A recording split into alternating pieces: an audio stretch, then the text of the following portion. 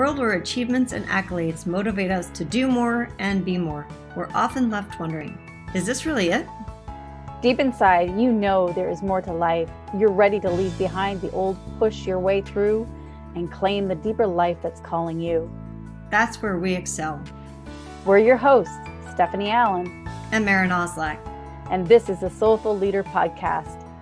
Sit back and relax as we share the shortcuts we've uncovered to help you make shift happen.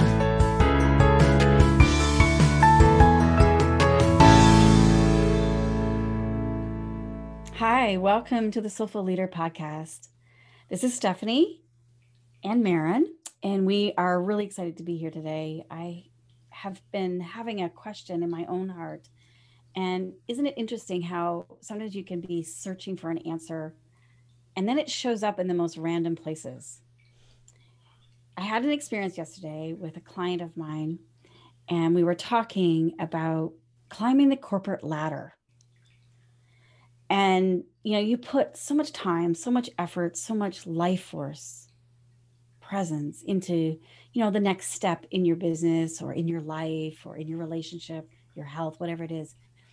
And, this client was saying to me, he said, isn't it just a kicker? You put most of your time and energy in your life to climb this ladder only to realize it is leaning against the wrong wall. And I wanted to address that because I can completely relate to that. Putting time and energy into something and then realizing, oh, what have I done? This isn't where I wanted to go.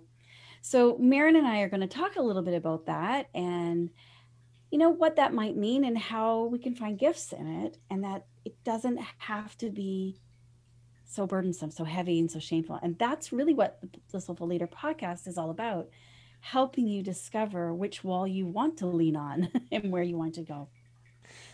I think that everybody has felt that in their lives and I like the fact that you used different things. We've all felt it, I think, in our business in some way, shape, or form, whether it's our own business or working for somebody else. We also have felt it in our relationships. And there is this sense of shame that comes in of, oh, I did the wrong thing. And we judge it. And then we judge ourselves and we go into shame. Instead of, one of our teachers talks about prototypes all the time. And if we think of it as a prototype, like we're working through it and it may not be the right thing in the end, and it's definitely the right thing right now. So when I think about the places where I've done that for myself is, say, for example, my business, my studio, there have been a lot of opportunities for me to, go this way or go that way. And you make a decision, I make a decision, and then I'm not sure, did I make the right decision, right? And then there's this, we moved literally about 8 months before the pandemic, and we took that time to renovate a new space and make it beautiful, and we finally had the last piece went in, which was our beautiful new floor, our beautiful $30,000 floor. And the week later, we shut down on the pandemic. Oh. And if you don't, there's a perfect, it's like, oh crap, I just put the darn ladder on the wrong wall. We could have shut down instead of moving. And wouldn't that have been perfect? Because then I would have had space to do more stuff like this and explore all these. And it wasn't right. It wasn't the right time. There was a reason.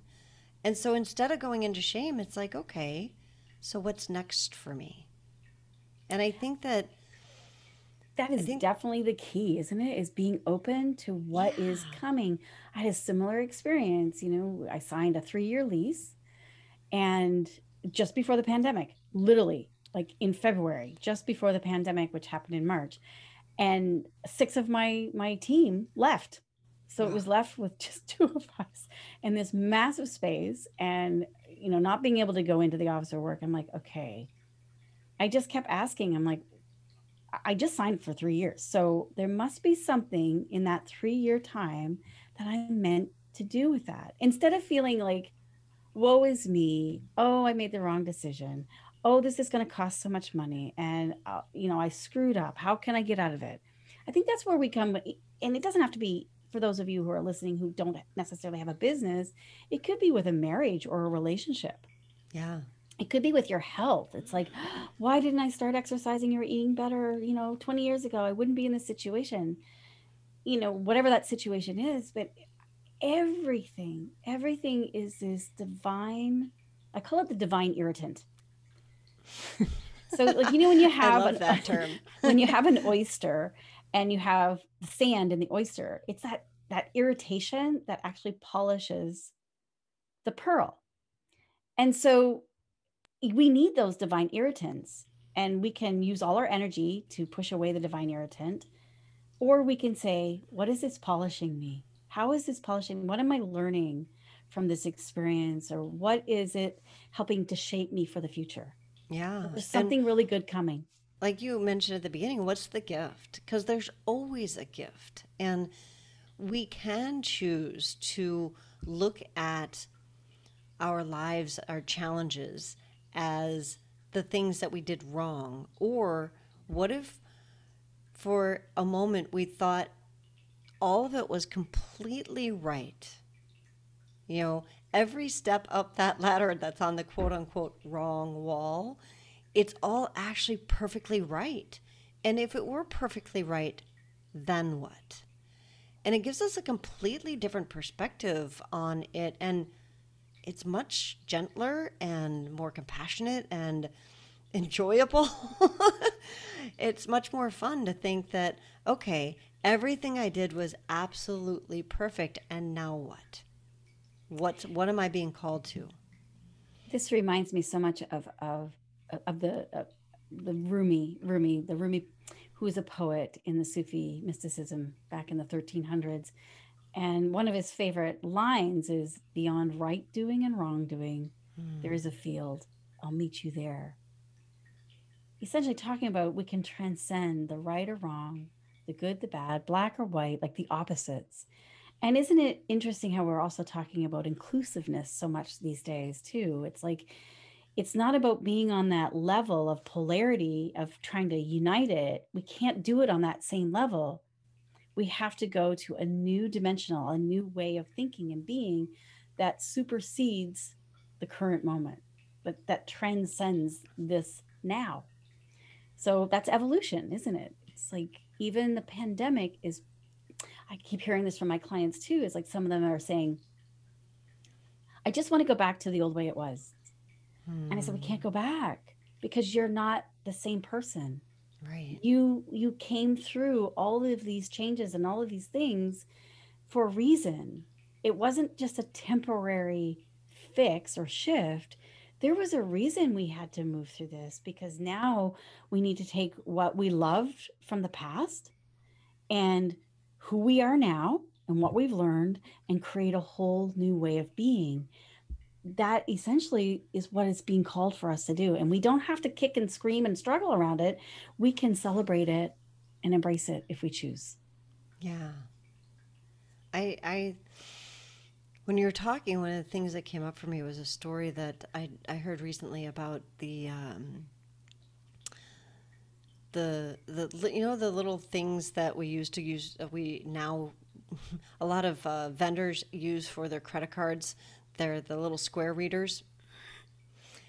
You know, in order Mm-hmm. to pay for something, we stick our credit cards in the little square readers. And someone was telling me a story about seeing the place where it must be corporate square or whatever, and they have this hallway with all the iterations of the square reader.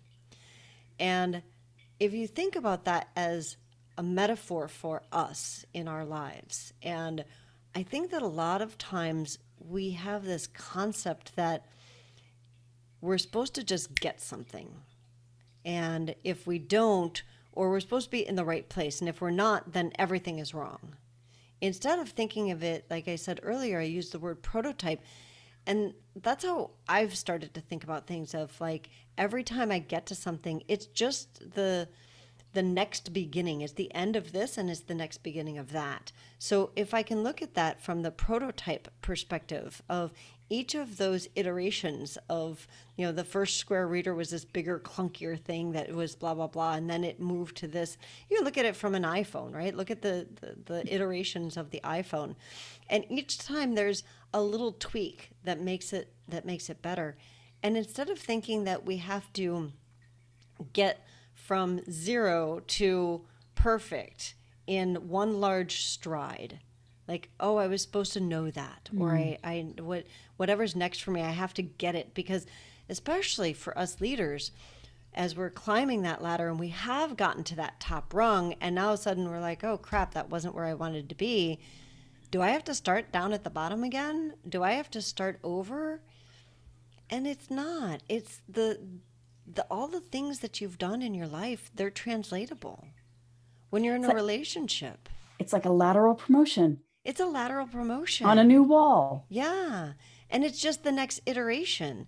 And there will be another one, and there will be another one, and there will be another one. And we just keep adding to it and growing. And if we can think of it like that, of, okay, great, that's good information. Next. Yeah, I think there's that part of us that wants to hang on to the way it used to be, kind of thing. And whether it's a relationship, it's like, well, you were always so like this. How come you've changed? Or, oh, I always had such an easy, I could eat anything and never gain weight. And now I just think about it and I put 5 pounds on. Like, we have this kind of this consciousness that it's supposed to stay the same. But it's not. Yeah. It's a river. We're moving. We're always moving. And that river is always heading towards the ocean. It's always heading there. I do think, I part of me wants to know where that came from, of where did we get that idea that everything is supposed to be perfect? And I'm not sure where it came from. I think I understand where it's reinforced, because we see the result in other people's lives.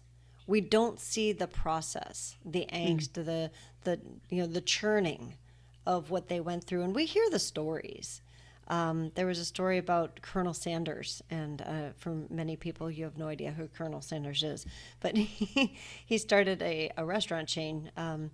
Kentucky Fried Chicken, I think, is based on his recipe.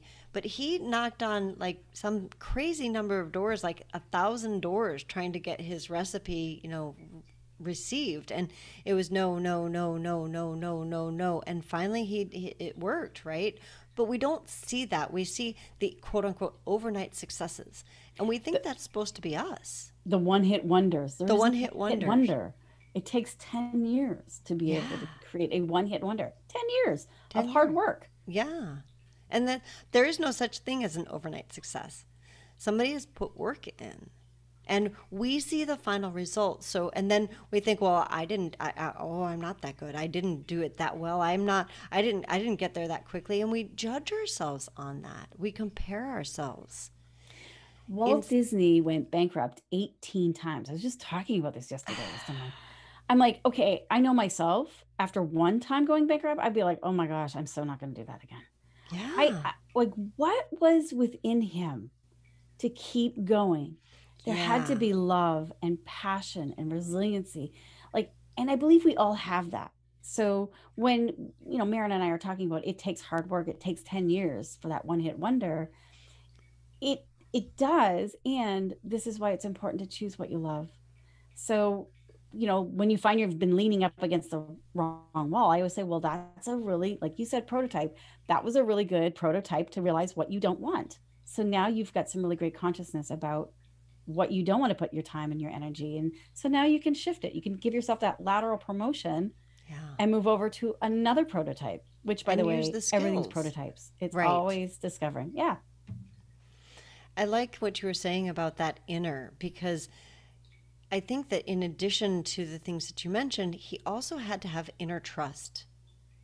And if that's one thing that I want to develop more in myself, and that I could give, if I could just give that freely to people, of, follow your threads, follow what and I know for myself, it's been a journey of what is it that I want, because I've been so programmed to do what other people have told me to do and think what other people have told me to think. It's like, well, who is Maren and who does she want to be and what does she want to do?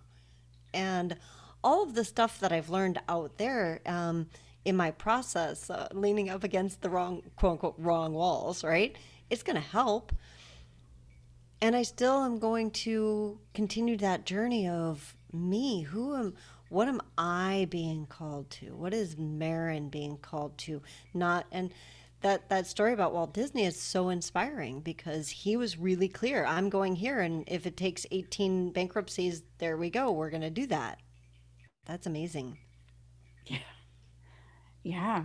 I I keep drawing into this the inner work of when you discover it for yourself, you own it. Because, when we keep Mm. asking people outside ourselves, who am I? What am I supposed to be doing? What would work best? These are all great information. Take it with a grain of salt. What I mean is, like, it adds flavor, just like salt does to a meal. It adds flavor, but it doesn't have to be the truth unless you make it your own truth. So we do have choice and empowerment to be able to listen inside and go, what is it that I'm called to? And it's not about figuring it out, because that's going to have to come from your past. I always say, you're smart enough to, if you're smart enough to look into all these things, you would have figured it out by now. Sometimes, like, who could have ever predicted a pandemic in the time that it did? It's like, no. And that we're all going to be in this together. It's like, no, I don't think there was anybody that was really prepared for it. And that's life.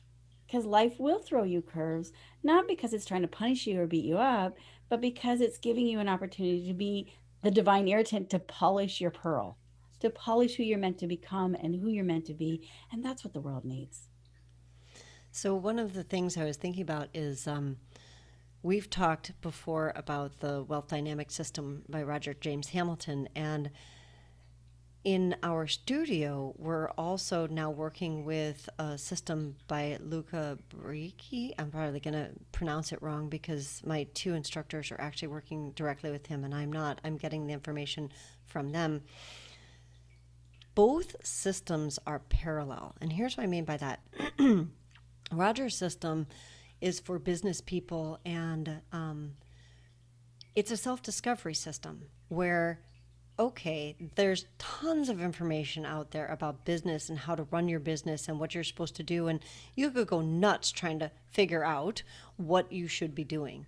And instead, you look at it from the perspective of you find your natural flow. And okay, for me, I'm a creator. We've talked about this. You're a supporter. You guys can go back and listen to that episode. It's a great episode. But knowing my flow and how I think about things, my natural flow, allows me to look at other people who are doing things from the same flow and go, oh, okay, that's how they did it. And then I'm more directed and I'm not completely off base. And it helps me to find that inner, like, oh, okay, that's my natural state. In the dancing, it's so cool because Luke is doing the same thing for movement and dance. And the things that I've been taught for years and years and years as a dancer of this is the way it's done, it's no longer necessarily true.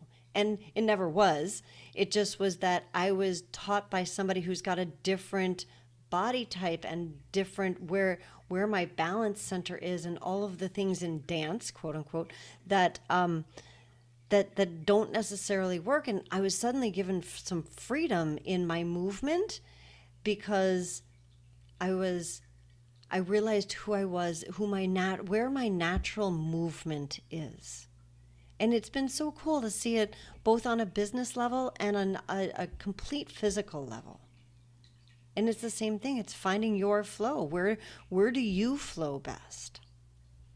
Each one of us is such a unique expression of the divine. I always say, why should I try to be someone else? Stephanie's already taken. Why not just be Stephanie? Yeah. Be me, be yourself. And it's like that wise saying that says, know thyself. That's not about knowing your personality, your likes or dislikes. It's truly knowing, what sources you, what gives you meaning and fulfillment. Where do you feel free and alive? that is the higher question, isn't it? It is. So if you had a a next step for our listeners as they're thinking about, how do I go forward with this information? What would your next step be? I would say, you can both look backward and forward. And when I say looking backward, look at the steps that you've taken to get to where you were. And if those steps weren't there, if, that relationship or that illness or that job loss or job success wasn't there, what would have been different? And this isn't about from shame or blame. It's realizing that your life would be very different. You would not be where you are right now. So we want to say thank you to all of those divine irritants that have happened in our life, because they've helped you become who you are today. And then looking forward towards the future, who do you want to be? Not do, because I think we're caught up in the human doers instead of the human being. Who do you want to be in the next, what's that word, iteration or iteration of your life? Iteration, the next iteration, who do you yeah. want to be? That's it. It's the next iteration of your life. So that, yeah, who do you want to be and become so that you can be the human being you were born to be? I love that. Great. Thank you so much. So I think that's a great place to wrap up.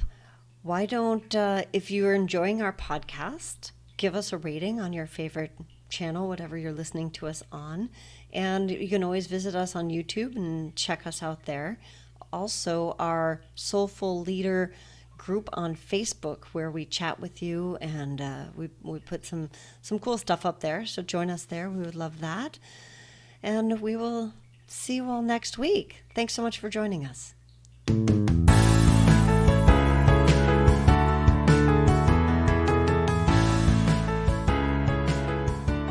And that wraps up another episode of the Soulful Leader podcast with your hosts, Stephanie Allen and Maren Oslack. Thank you for listening. If you'd like to dive deeper, head over to our website at thesoulfulleaderpodcast.com. Until next time.